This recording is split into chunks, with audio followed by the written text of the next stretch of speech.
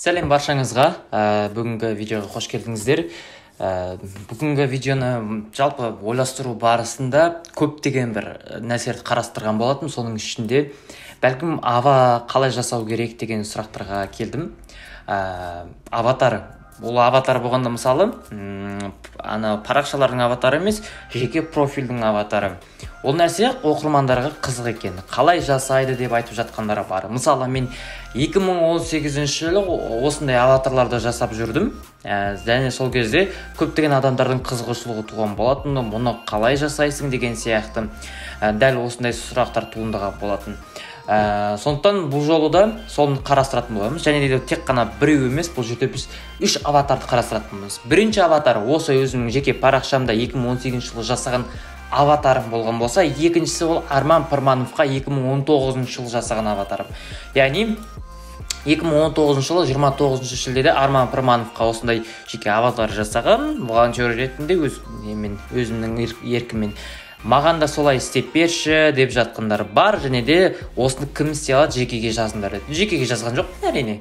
Бірақ та осылай жасау жолын қазір сіздерге қарастыратын боламын. Және де үшіншісі бар. Үшіншісі ол көбінесе Canva-мен жасап жатыр, PixArt-пен жасап жатыр. Ол әрине Уилл Смиттің профиліндегі сурет. Шынымен де Уилл Смиттің тапқырлығына сөз жоқ бұл жерде. Осындай профилдің суретінің арқасында танымалдылығы тағы да артып, 50 миллиондай адам тағы да жинап алған. Былайша айтқанда Уилл Смиттің де бұл аватар көп адамға қызық екен. Және қалай жасау керек? How to create Instagram profile picture like Will Smith using Canva. Canva-ны қолдана отырып қалай жасауға болады? Қайталап жатқандар да бар мына жерде, байқасаңыздар. Және бізде осы Photoshop-пен байқап қайталап көретін боламыз. Ендеше көп созбаймыз, бастаймыз. Ең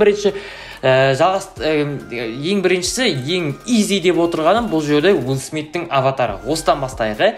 Уилл Смиттің аватарын қалай жасаймыз деген кезде бұл жерде оп-оңай. Бұл жерде Уилл Смиттің өзінің мына жердегі аватарындағы размерін алып көрсек болады, я болмаса өзіміздің басқа размерді алып көрсек болады. Жарайды. Басқа размерді алып көрейік. Біз бұл жерде қанекей көп созбаймыз. Бұл жерде қазір біз өткендегі афишаның форматын аламыз да, сол форматта ақ түске бояп сөйтіп жасап жібереміз. Өйткені қазір бұның размерлерін қарастырып отырып қажет емес. Мен де көбінесе өзіміз істейтінім сол. Яғни бұрынғы жұмыстарымның түсін бояп жүремін да, жаңадан сақтап, сонымен неғып жүремін. Яғни көбінесе сөйтіп размерге көп баса ауыртпауға отырсам. Енді кеттік. Көп созбаймыз. Мынаны ақ түске бояп жүреміз де. Сақтап жібереміз. Save as.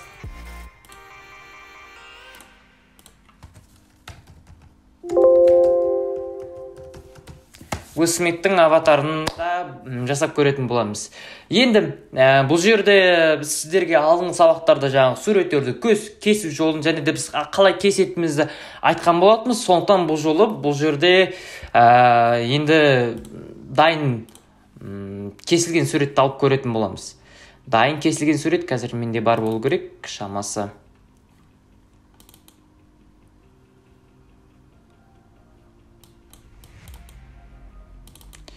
Қарастырайық. Қай жаққа қойып едім?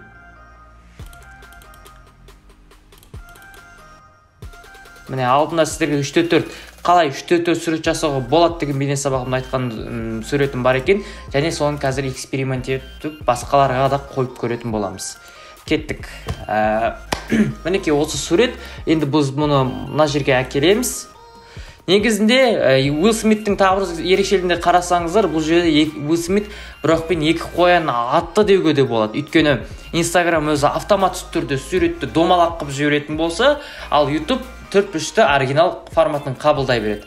Бұл жерде Уилл Смит 4:3 оригинал форматында жасаған, екі шеттерінде қателіктер бар болса да, ол кейінірек Instagramға басқаға жүктелгенде ол ешқандай да бір косяк болып көрінбеген, яғни автомат түрде жақсы болып кеткен. Сондықтан бұл жерде 4:3 ете беруге де болады, ол автоматты түрде Instagram өзі дөңгелек етіп алады деген сөз. Ендеше кеттік.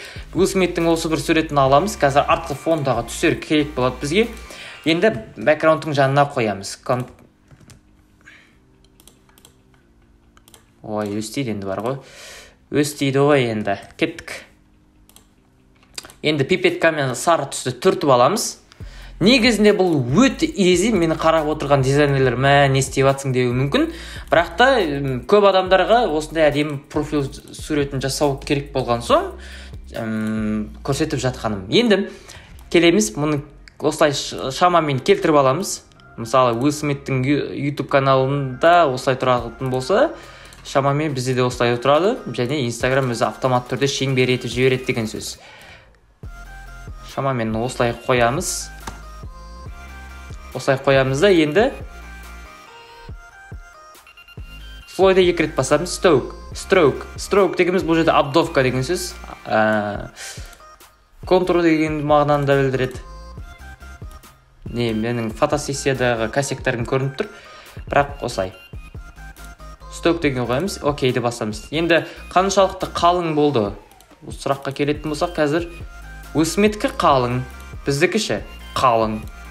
Тағы да кішкене қалыңдатып жіберуге де болады екен бұл жерде. Stroke. Енді Уилл Смитта бұл жерде қарасаңыздар, өзі қара нәсілді болған менде бұл жерде ретуш деген нәрселермен жұмыс істеген. Ретуш болғанда сәл эффекттермен жұмыс істегені байқалады. Біз де эффекттермен жұмыс істеп жүрейік. Масканы кигіземіз де бұл жерде, және қара түсті бұл жерде осы бір түстерді алып қарасақ болады. Уилл Смит бұл жерде қанық қара түсті қолданған екен.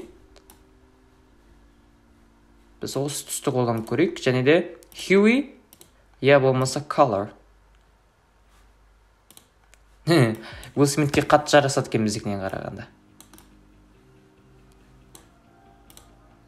Басқаларға қарасақ та негізінде ақ нәсілдерге жараспайды екен қатты. Байқасаңыздар. Енді бұны аламыз да, Ctrl-G-ді басамыз. Тағы да масканы кигізіп жібереміз де. Иә. Кішкене қанық қара түсті береді сол кезде. 38-40%. Тағы да кигізіп жібереміз де. Етіге бола ма екен? Бұны эксперимент етіп көрейік. Жарайды. Үшіншісі керек емес бізге. Міне екеуімен біз Уилл Смиттің авасын жасадық. Бұны дөңгелек етіп жіберуге де болады. Жарайды, дөңгелек етіп жіберуді де көрсетейін. Бұл жерде қазір біз эллипсті аламыз да.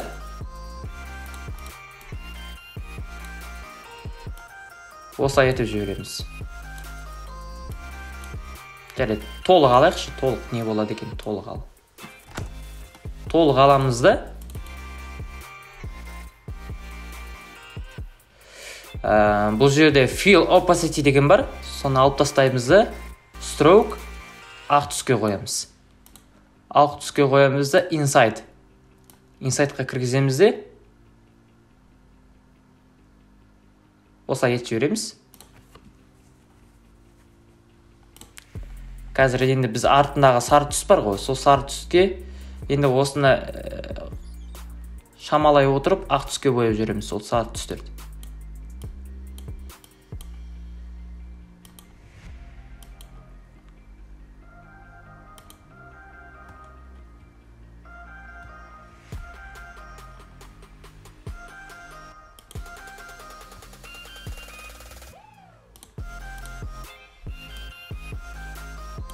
Мінекей.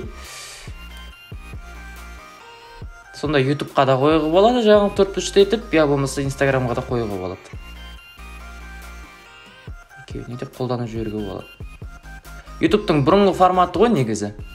Қазір YouTube-та домалақ етіп жіберген. Арасындағы нені. Қазір біз екінші кезекте Арман Пірмановтікін жасап көретін боламыз.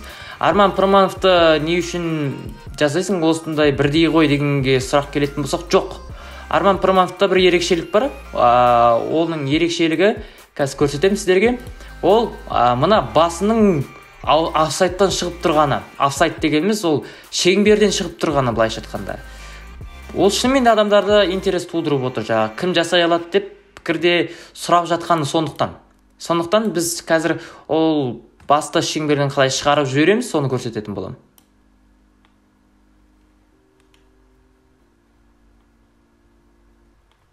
Қазір менің косяктарым көрінеді мына жерде, бәсе. Ендігі кезекте мынаны аламыз да. Merge Layers'ты басамыз. Merge Layers'ты басамыз да, Ctrl-J'ді басамыз. Ctrl-J'ді басамыз да, ендігі кезекте бұны бұрынғысын өшіріп тастаймыз. Бәлкім керек болып қалар. Сосын біз өшіргішті аламыз да, қатқыл өшіргішпен айналасын кесіп шығамыз.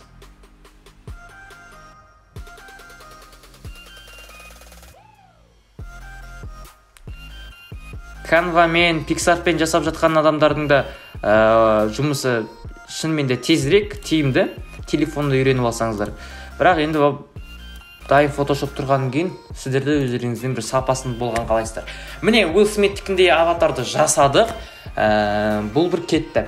Ендігі кезекте біз Арман Пырмановтікін жасап көретінбіз. Арман Пырмановтікінде де дәл сондай нәрсе негізінде бұл жерде мен жаңағыдай шеңберді алдым.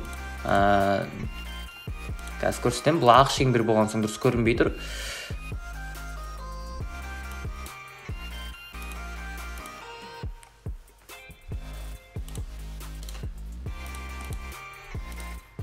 Ақ шеңберді алдым. Енді бұны қазір біз сәл кішірейтетін боламыз. Шамамен осындай. Осылай кішірейтемізді, енді біз суретімізді әкелеміз.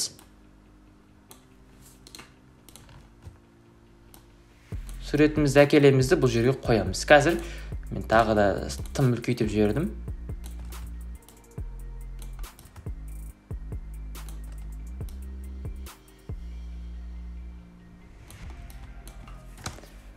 Менікі де шеңберден шығып тұр.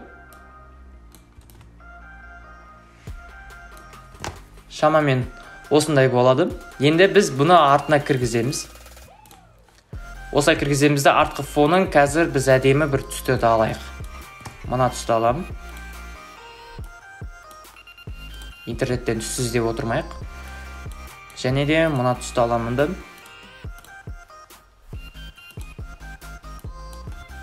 Мысалы, осылай етіп жүремін.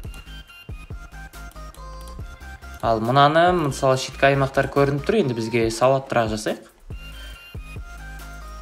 Шамамен осылай етіп жүреміз. Сәл төмен түсіріп жүрсек те болады, қазір не үшін екенін айтам. Енді осыны аламыз да, Ctrl-J'ді басамыз да, артқа қарай кіргіземіз. Артқа қарай қоямыз да, мысалы, бөліктеп қойдық. Енді өшіргішпен, қатқыл өшіргішпен мына астыларын өшіріп тастаймыз. Вот осылай шығады. Енді біз мына жерде тағы да обновкамен жұмыс істейміз. Строкқа қоямыз да, color, gradient. Ана жерде бір косягым шығып қалды. Қазір көрсетем, оны қалай жөндеу керегін. Gradient аламыз да, мысалы мен мына түске қоямын да, сәл қалыңдатып, я болмаса сәл жұқалатып жіберемін. Осылай болады. Біз мына артқы фонды енді біз алтын әкеп жүрсек те қоюға болады. Вот, міне осылай, екіншісін осылай жасауға болады. Енді бұл жерде артқы фондарға қарасаңыздар, ол міндетті түрде жаңағы масканың ішіне кіргізіп жібересіздер де, дәл солай артқы фондарға өздеріңіздің белгілі бір бэкграундтарыңызды қойсаңыздар болады. Енді үшіншісі өзімдікін көрсетейін. Негізінде өзімдікі қолдан жасалған соң кішкене тәжірибе жоқтан болу керек. Мына жерлері сәл қисықтау. Бірақ адамдардың бір қызығушылығын оятты бұл. Қалай жасау керек? Кеттік. Шеңбер сызып алам. Бірінші шеңбер кетеді осымен. Ендігі кезекте мына жерде қарасаңыздар, бұл жерде тағы бір шеңбер сызылғанға ұқсайды. Жарайды, біз тағы бір шеңбер сызып аламыз. Артына сызып аламыз да, қазір біз мұның прозрачный етіп тастаймыз. Үшіне кейін көрсем. Сәл үлкейтеміз.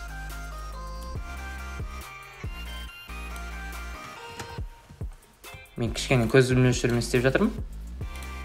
Free transform. Кішірейтеміз.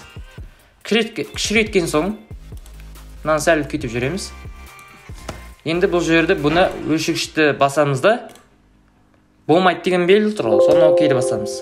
Сол кезде бұл фигура тізімінен шығып, слойдың тізіміне енеді. Енді біз бұл жерде дәл ортадан бір бөліп аламыз. Және мына аймақтан бір бөліп аламыз. осылай бөліп аламыз да осылай жібереміз. Міне осылай кетті. Енді үшіншісін жібереміз. Үшіншісінде де дәл сол дөңгелек фигура сызып аламыз. Прозрачныйсын жөндеп алайық. Opacity 52% дей саламыз өтіріктен.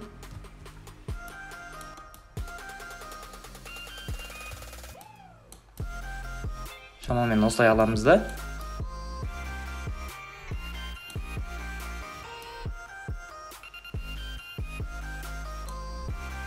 Өз басым қызықпаймын, бірақ қызығатын адамдар бар екен. Қазір қызықпаймын, мысалы, соңғы суреттерін қарасаңыздар, фотошоппен емес, көбіне енді фотосессия түрінде шығып жатыр. Яғни менің қызығушылығым өз уақытында келді, өз уақытында кетті. Stroke. Алып тастаймыз, жаңа прозрачный етіп, және де ортаға қарай қоямыз. Қазір енді жөндейміз бұны.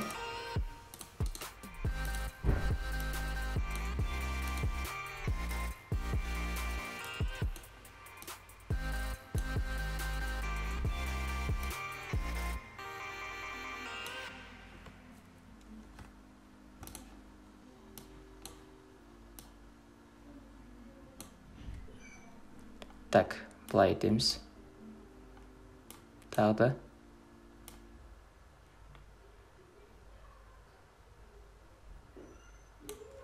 Жарайды, қазір өздеріңіз тағы да етіп аласыздар. Және де тағы да бір өзімнің көңіліме көремін. Контрол J-ді басамыз.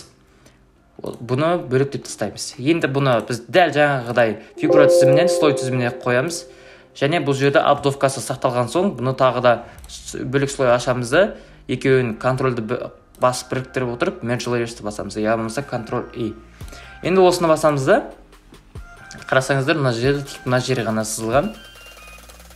Демек, бұл жерде біз мынадай әрекетке барамыз. Осылай выделенный фигура сызып аламыз. Және осылай етіп аламыз. Пакманға ұқсап қалды, бірақ болады. Енді сәл мынаны созып жүрсек болады екен.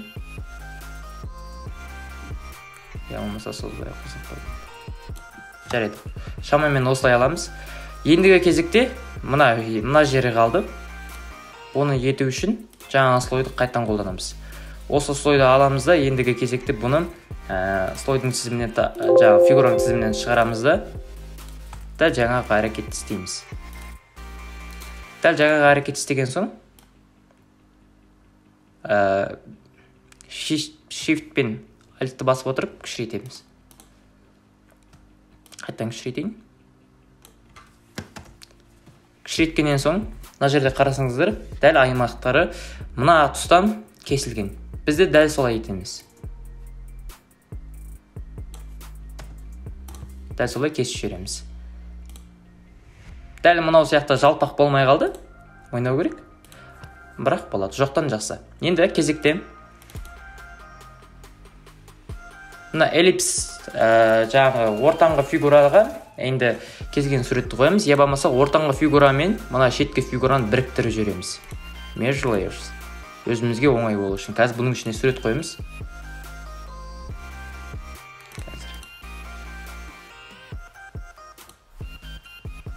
Қандай суреттерім барады, осына кезде суретті таппай қаласың қазір.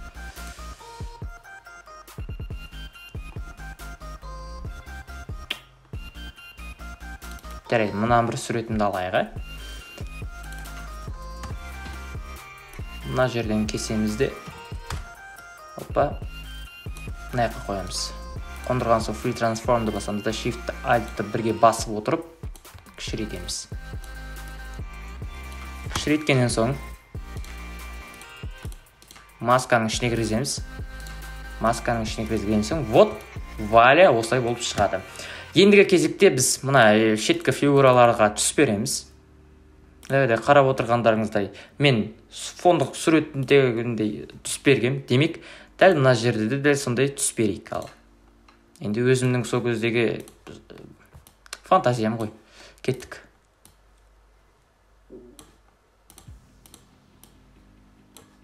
Енді мынаған енді біз қарап отырсаңыздар, мен саналуан түсіп бергем. Басқа суреттерді қарасаңыздар. Демек, бұл жерде де солай дейміз. Gradient overlay. Мына түсті берейік мысалы, я болмаса басқа. Жарайды, мына түсті берейік. Не осылай етуге болады? Мынаған ұқсамайды, өйткені неге? Мынау шынымен жалпақ, біздің жасағанымызда сәл кішкене сопақтық байқалып қалды. Бірақ жоқтан жақсы болады. Ендігі кезекте бұл сіздерге оңай болу үшін, енді мына жерге аты жөнін ғана жазу қалды. Енді оны өздеріңіз істейтін шығарсыздар. Ол әліпбенің жұмысы ғой, былайша айтқанда. Ендігі кезекте сіздер сіздерге ұмытып кетпесем, сипаттамада сілтемесін беріп кетем. 15 тамыз 2019 жылы осы профилімнің жаңағы PSD форматын ВК-дағы парақшама салғым. Сояққа тіркеліп, осы жерден ала аласыздар, лайк басып кетіңіз деп, кімдер алғанын біліп отырайын. Дәл солай осы естіңіздер болады. Сонда біз 3 түрлі жұмысты жасадық. Көріп отырғандардай Уилл Смит, Арман Тұрман, және де осы өзімнің үшіншісі. Осылай жасасаңыздар болады. Білмеймін, кімге қызық емес, бірақ сұрап жатқандар бар екен. Демек, сұраныс бойынша жасаймыз деген сөз. Осылай біздің бүгінгі видеомыз аяқталды. Назар аударғандарыңызға рахмет. Пайдалы болса, пайдалы болды, рахмет деп жазып кетулеріңізге әбден болады. Біздің одан сайын шабытымыз ашыла түсетін болады.